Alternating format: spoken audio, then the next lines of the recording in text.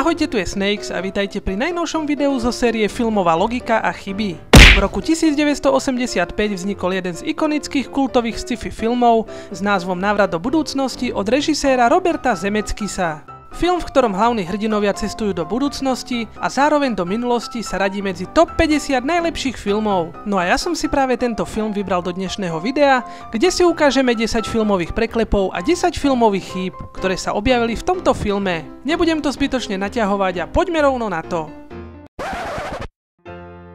Marty má pri príchode do Emmetovho domu na ruke hodinky, vlastne ich má na ruke celú dobu a aj tak nevie, koľko je hodín.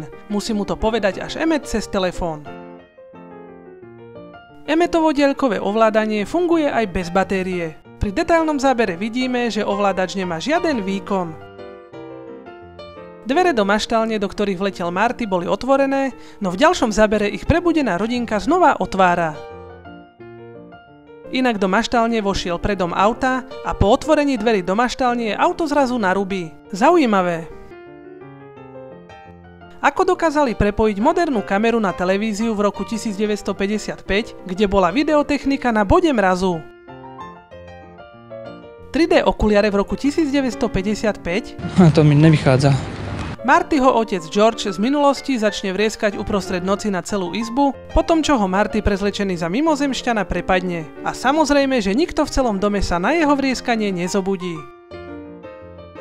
Ako vedel George, že bude Marty stať na tomto mieste na druhý deň uprostred mesta, ak sa vôbec nedohodli, že sa stretnú a ani kde sa stretnú? Marty kopne do repráku, ktorý bol položený na zemi, aj keď v scéne predtým bol položený na krabici od Pepsi. Doktora Browna zasiahne blesk, ale ako vidíme, nič sa nestane, žiadne zranenia ani nič podobné.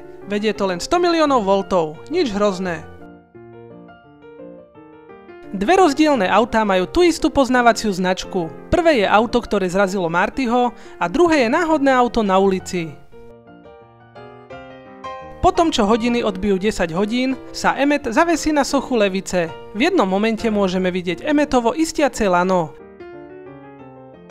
V zábere na DeLorean vidíme na zadnej časti auta koncové trubice z hasiacich prístrojov, ktoré urobili tento efekt. Pri úplne prvom predstavení DeLorean tam tieto hasičáky neboli. Tu vidíme koľaje od koliesok po tom, čo sa samotná scéna predtým nevydarila a museli ju natočiť znovu. Medzi tým sa zmenil dizajn koliesok z týchto na tieto. Otlačky od nechtov z predchádzajúcich nevydarených záberov si môžeme všimnúť v telefónnom zozname vedľa Emmetovej adresy. Benzínové koľaje, po ktorých sa bude šíriť oheň na asfalte, sú jasne viditeľné za hlavnou dvojicou v tomto zábere. A tu vidíme zapaľovače namontované na podvozku auta, ktoré zapália benzín na ceste, čiže oheň nevychádza z kolies, ale zo zapaľovačov.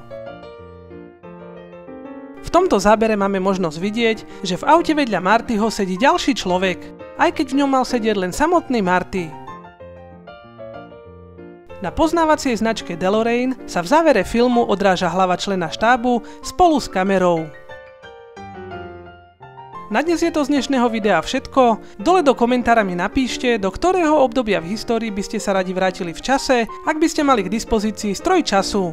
A tak ako vždy, ak sa vám video páčilo, kliknite na tlačidlo palec hore a pre viac takýchto videí vám odporúčam kliknúť na červené tlačidlo odoberať, ktoré nájdete pod týmto videom. Ja sa s vami lúčim, majte sa pekne a čaute.